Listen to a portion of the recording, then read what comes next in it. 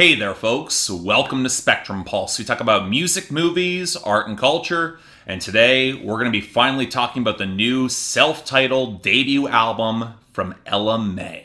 So here's a serious question.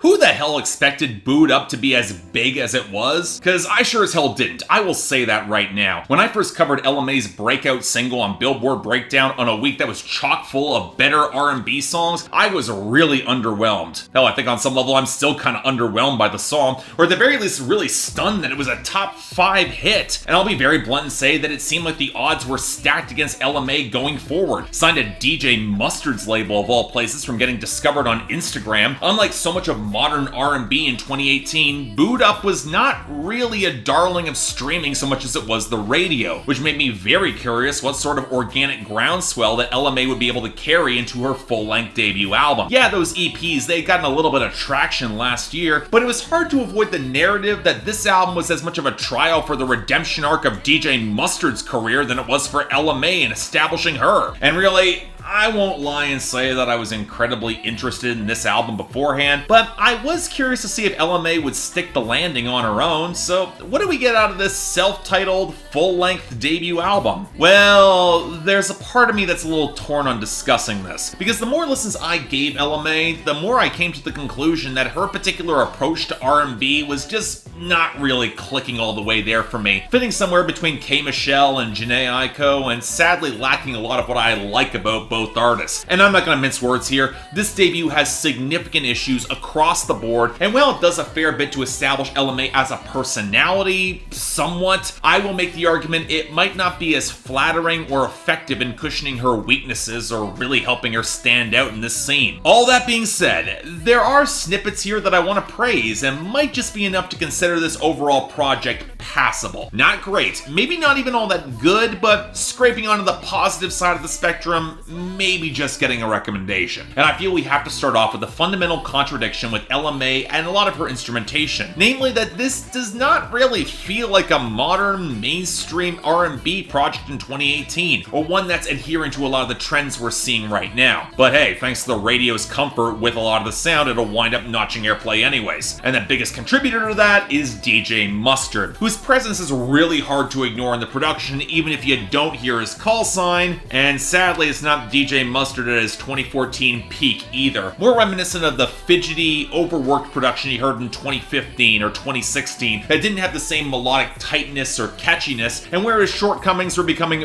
really abundantly clear. Vocal lines are not given a lot of space, and multi-tracking could sound pretty cheap and synthetic. The beats were often underweight, clipped, and way too close to the front of the mix for the snares, and sometimes the bass beats were just too thick and heavy, and it would be really hit and miss whether any integration of organic instrumentation sounded remotely good. And when it came to overall melodic composition, the biggest cues seemed to be taken on this project from the early to mid-2000s. Minimalist, mid-tempo, but generally a little softer and more inviting. And for Ella Mai, who is not a vocal powerhouse or a huge personality, this is a lane that could at least feel kind of cohesive or work for her. This production can be flattering. Of course, the big problem is that it doesn't always come through, and a big part of this comes down to the production just not giving Ella Mai a lot to work with, including some really misguided choices. I'm not exactly a big fan of blatant R&B interpolations of hip-hop songs as it is, but DJ Mustard somehow making Shot Clock both wispier and clunkier than its interpolation of Drake's Legend, that's a special kind of screw-up. That's almost amazing. And that stuttering clunkiness sadly translates to other songs here as well, like Trip and Run My Mouth. That might bring something of a trap flavor to the percussion and snares, but the lead vocals are not really mixed in a way to flatter a mix that's trying for a more cavernous approach, close to what SZA is doing and frankly doing better. Hell, if I'm going to focus on mixing issues, it's one of the big reasons why Boo'd Up has never really clicked with me. The melody is too wispy, the percussion is too close to the front of the mix. And it's one of the big reasons why the messy layering and ugly synth lines of whatchamacallit with Chris Brown just doesn't work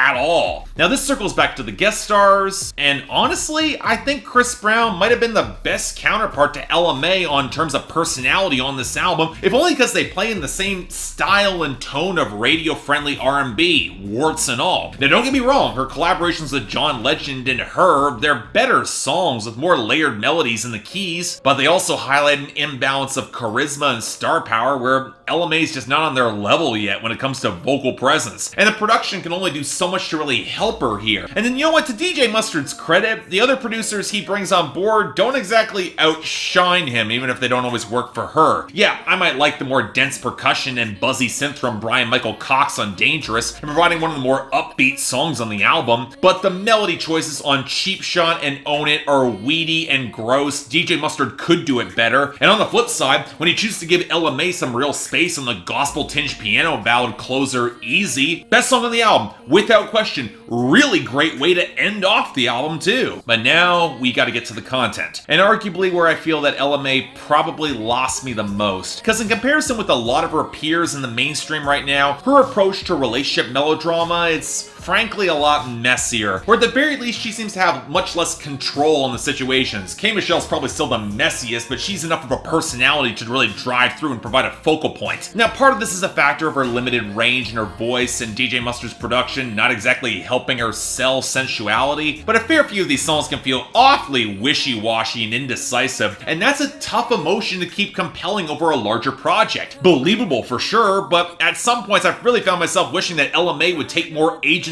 in her relationships, especially with all those spoken word pieces strewn around the record, with every letter in her name representing some facet of her personality, and some of that just wasn't really reflected in the songs. Whatchamacallit? Obvious example. They're both cheating, but they don't want to say they're cheating, so they don't really put a name on it. They say it's a whatchamacallit, but just because you're calling it something different doesn't mean that we don't know what this is. You're not fooling me. And that inability to sell more of an ultimatum makes certain songs just feel kind of unbelievable. Sauce tries to have her sound more capricious, but there's no sense that she'll really walk away from this situation. And Cheap Shot's even worse, where the guy's actively making the low blows, and she knows she should leave, but by the third verse, she's taking some of the blame, and I'm not getting evidence why she's doing it. Then there's Shot Clock, where she's trying to set a time limit on him getting serious with her, but honestly, if you've been with somebody for 5 years dating and you haven't had this conversation, I'm not sure the 30-second timer is gonna get him to really move. And here's the thing, when this album actually does play more into her naivete or just sheer love-struck adoration, it feels more believable. That's why Boo'd Up was kind of endearing, and why there are so many love songs on this project. Hell, even songs that leverage more of her insecurity, like Gut Feeling with H.E.R or Dangerous, where she doesn't really have evidence to really question things are going wrong, but is uncertain anyway, that can kind of click. But I'll admit the R&B I like tends to project more strength, or at the very least can get more introspective about vulnerability, like what SZA or Jhené Aiko do. Whereas for Ella Mai, it feels very surface level, and I hate to say it,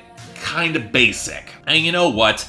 That can be enough. For the right sort of R&B, especially on a debut, and especially with this production, getting the basic right can work. But it doesn't exactly help Ella Mai stand out, especially on a project that can start to run long at just under an hour. And that's assuming everything goes right, which it sadly doesn't here. Now, part of this comes with the acknowledgement, it's not really for me. I understand that. Might be for a bit of a younger audience, to be honest. But it's hard not to feel like without radio accessibility, I don't know what Ella Mai is bringing that's all that special to the table. But all that being said, there is just enough quality to keep it passable, and I'll definitely argue that Easy is a great way to end the album. The project ends really strongly, which is just enough to push us up to an extremely light 6 out of 10. So if you're an R&B fan, it won't blow your mind. You've heard this all before, but I will say if you like Boo'd Up and Trip, you're probably gonna get along fine enough with this project. Not sure I'll have much to say going forward with Ella Mai, but hey, if she somehow sticks around, you never know. So yeah, thanks a lot for watching. I'd like to like and subscribe, I'd be more than grateful.